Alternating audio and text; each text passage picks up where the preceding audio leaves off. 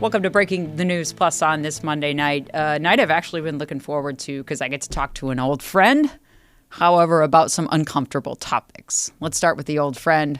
You know her as Luch, Mary Lucia, the voice of all radio that matters, and the voice of a generation and then some, the queen of the island of misfit toys. How are you doing? As one misfit to another, Jana, I missed your face. I see you. I think of you, and I'm so happy to be with you. Man, you are everywhere right now, Mary Lucia, because you put out a book. What Doesn't Kill Me Makes Me Weirder and Harder to Relate to by Mary Lucia. Jana, do you remember you and I talking about me saying, I think I'm going to write a book? Yep. How many years ago that was? And to have navigated through the publishing world, which is a completely different animal than anything I've been used to, but to see it and to hold it in your hand and have people actually read it, because, you know, the writing process, not to mention the content of the book, was so isolating. And now we're in a phase of sharing. And I don't know how this is going to go. I mean, I've done a little of the promotion so far, and it's, you know, I'm curious about how this keeps rolling out. But the response has been really nice. And interestingly enough, people have said it's very relatable, which was my whole, Right, because you said it was harder to relate to you because right on the covers, but it hit a nerve with a lot of us. You told me you were going to write a book. Mary, I think I was in my late 30s and now I'm almost 50. And you told me you were going to write a book about your experiences with one of the most horrific cases of stalking I've ever read about. And I told you, I'm sure at that time, I don't know that I was through it completely. I mean, I don't know at what stage I was truly at, but I know that I've always written, and interestingly enough, I've always written, but in the format of a column or even the way I talked on radio. There's an economy to my words. So it's get in, get out. If you have nothing interesting to say, just keep it moving.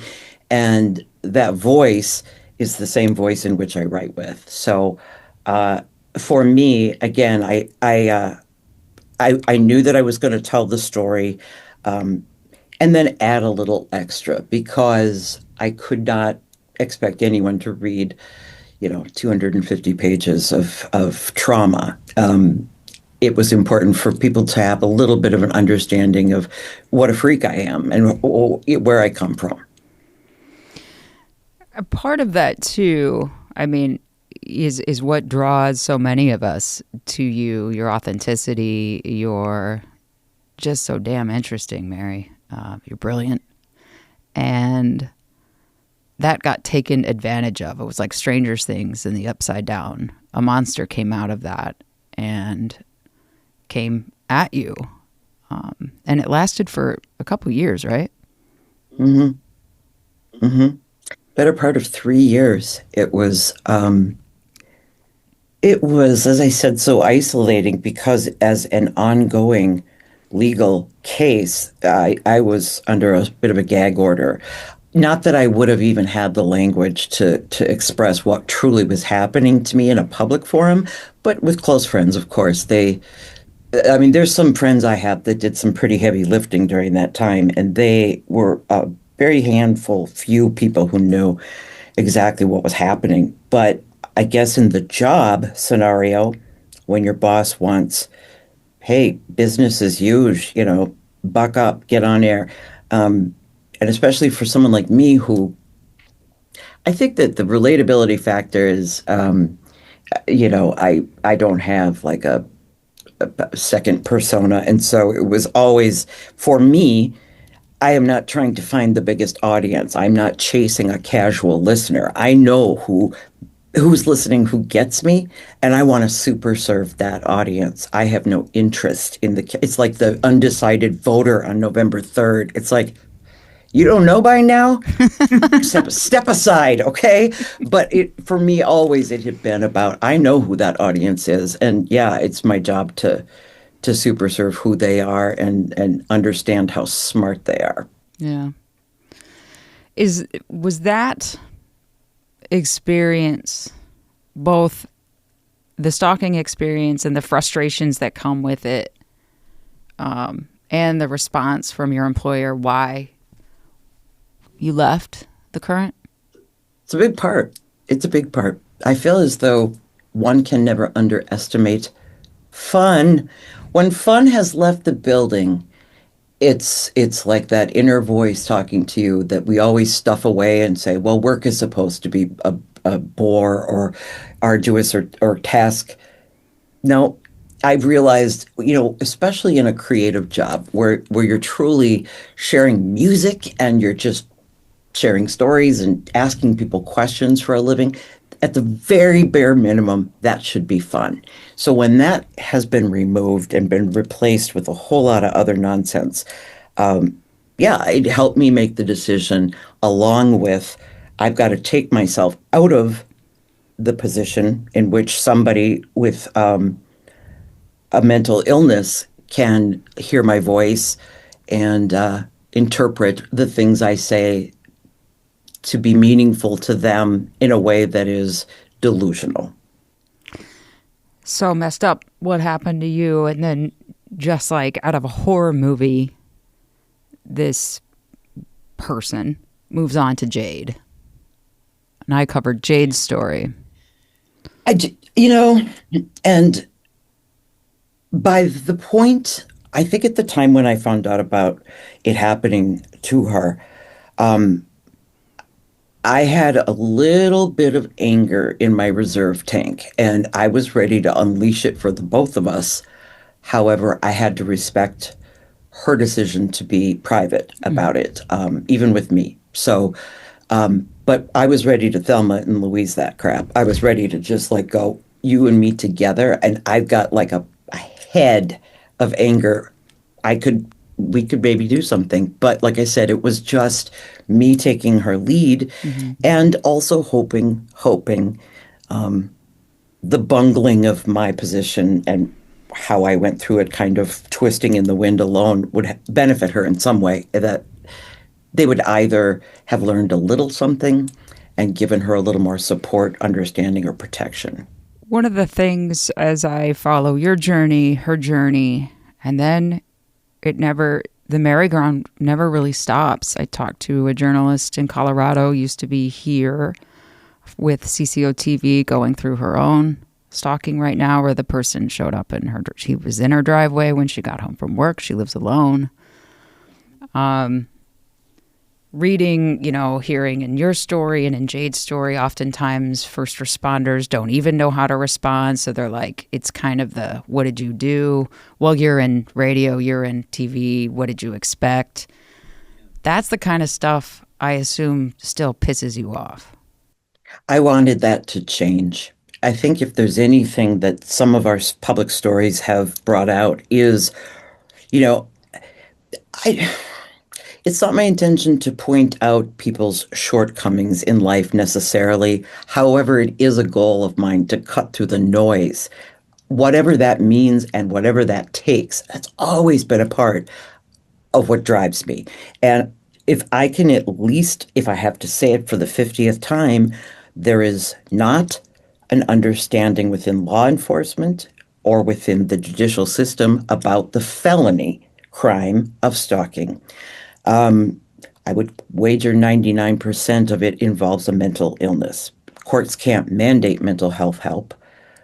The person inevitably gets lost in a probationary system in which literally it's not a lockdown situation. They're out. You walk out of the courtroom, they walk out as well. And I don't know that I even have I don't even know that I have the chutzpah to get in there and like try to change laws, but I feel pretty broken by it. But if I have to just continually say that no responding officer should have to make a person feel shamed at 2 in the morning, standing amongst broken glass on their front stoop after a stranger has been at their door, and ask, "Are you sure you're his type?" I felt stabby and still kind of do. You felt stabby, you felt pissed, you felt violated, you felt scared. So why did you write the book? Why go back to that? Yeah, maybe I'll find out, Jana, in the next couple of months. I think that it for me was also a bit of a something creative had best come out of this.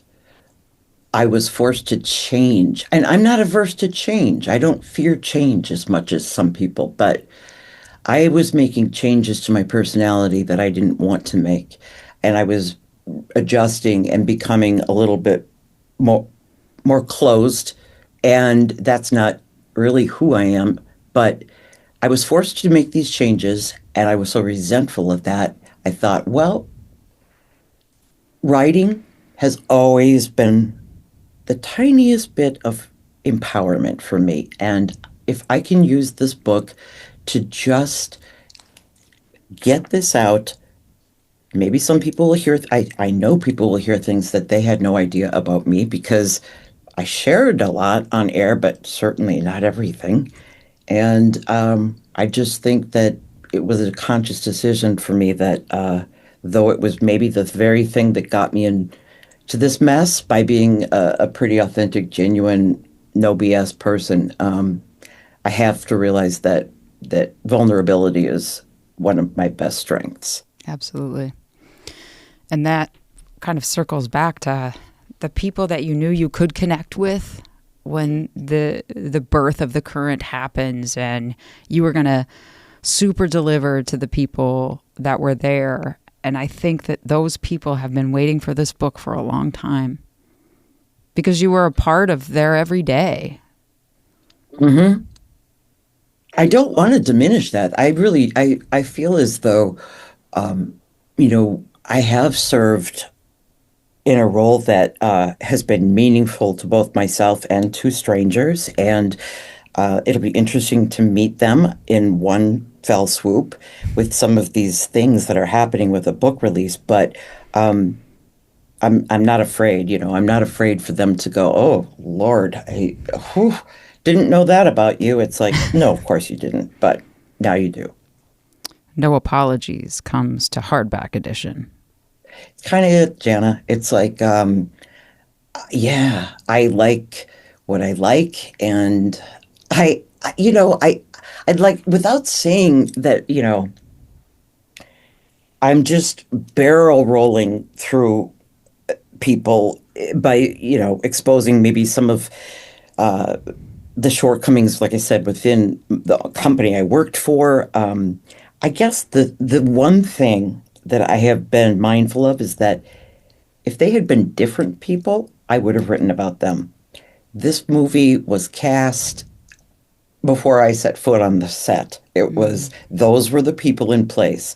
And it wasn't my intention to go after them and go, look how feeble this leadership was. Because if they had been different people, I would have written about them. And it would have been a different story. But it's all the truth. And the truth is what it is. Yeah. I'm going to share one story as we close to the folks watching. So, breaking the news, the little show, little nook of the media landscape I still occupy, smaller and smaller, starts in January of 2016. There was a significant event in January of 2016. The day that the show debuted was the morning after David Bowie died. And the very first story I ever did for Breaking the News was with you.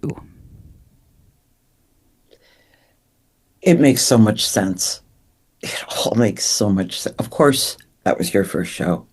Um, and I love that you gravitated towards the biggest unapologetic Bowie freak in the room. And to share something like that publicly was, oh God, it was so heartbreaking. And then again, I always equate it to when somebody passes away, there's a tendency for people to want to gather at a certain site, whether it be the person's home, or like Buckingham Palace, or wherever this. And where do people go to honor the life and to be with other people when we're not in London, we're not in New York, we're in Minneapolis, and the fact that people gathered around the radio, that was a crazy cool experience. I felt like, yep, if nothing else, you know that we are hurting with you, and I hate that part of the job. As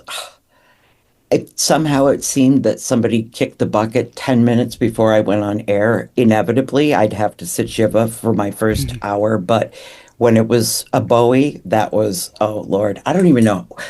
Do you even remember what you we talked about? I'll send it to you, but I remember not wanting, this is my vulnerability side.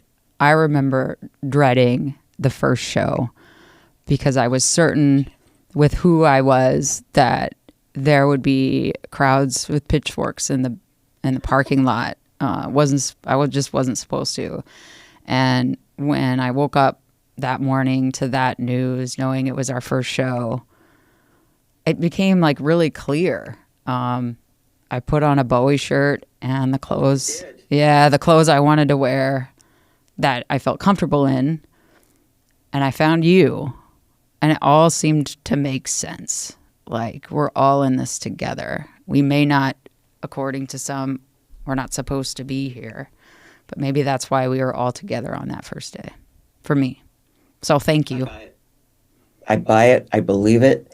And yeah, I think that does. It solidifies up a lot more than just a shared interest in something. It's you're my people. Well, I'm so proud of you. This is a tough read for people that know you and don't know you, but it's an important one. Thank you, Jana. Did you have a laugh somewhere in there too? Yeah, I mean, the makeout scene is pretty good. Oh, Come on. yeah, I mean, we've all been well, there. yeah, All been there. yeah. The cilantro of radio is I mean, that's dead on. Right. Because even if you asked for it on the side, it would creep into the other side. So it's You can still smell it. Yeah, it's this or no. It's like it's not possible to not, the cilantro is always there. And that's the thing about Mary Lucia. She's always there. Yeah. I'll share more when we're not on a live broadcast of parts that resonate. Yeah, how about it? I'm going to send you that link so you can recall us many, many years ago. You were always also one of the first people. You came here after a public bullying episode with me to do one of your videos. And I was like, Mary Lucia wants to talk to me? That's crazy. still one of my favorites, and still people talk to me about that. Yeah. People saw that. And people got what we were saying, because it wasn't, yeah, we were standing in the backyard, but it was you'd been through an experience that pissed me off, and I wanted to hear your side. You're always going to be the Thelma to all of our Louise. I love it. I love you. Thank you so much for talking to me about it. Let's stay in Thank touch. you, Jana. I'll reach out on a private line. We'll do that. All right. Thank you, Jana. That's all for Breaking the News Plus on this Monday night. Thanks.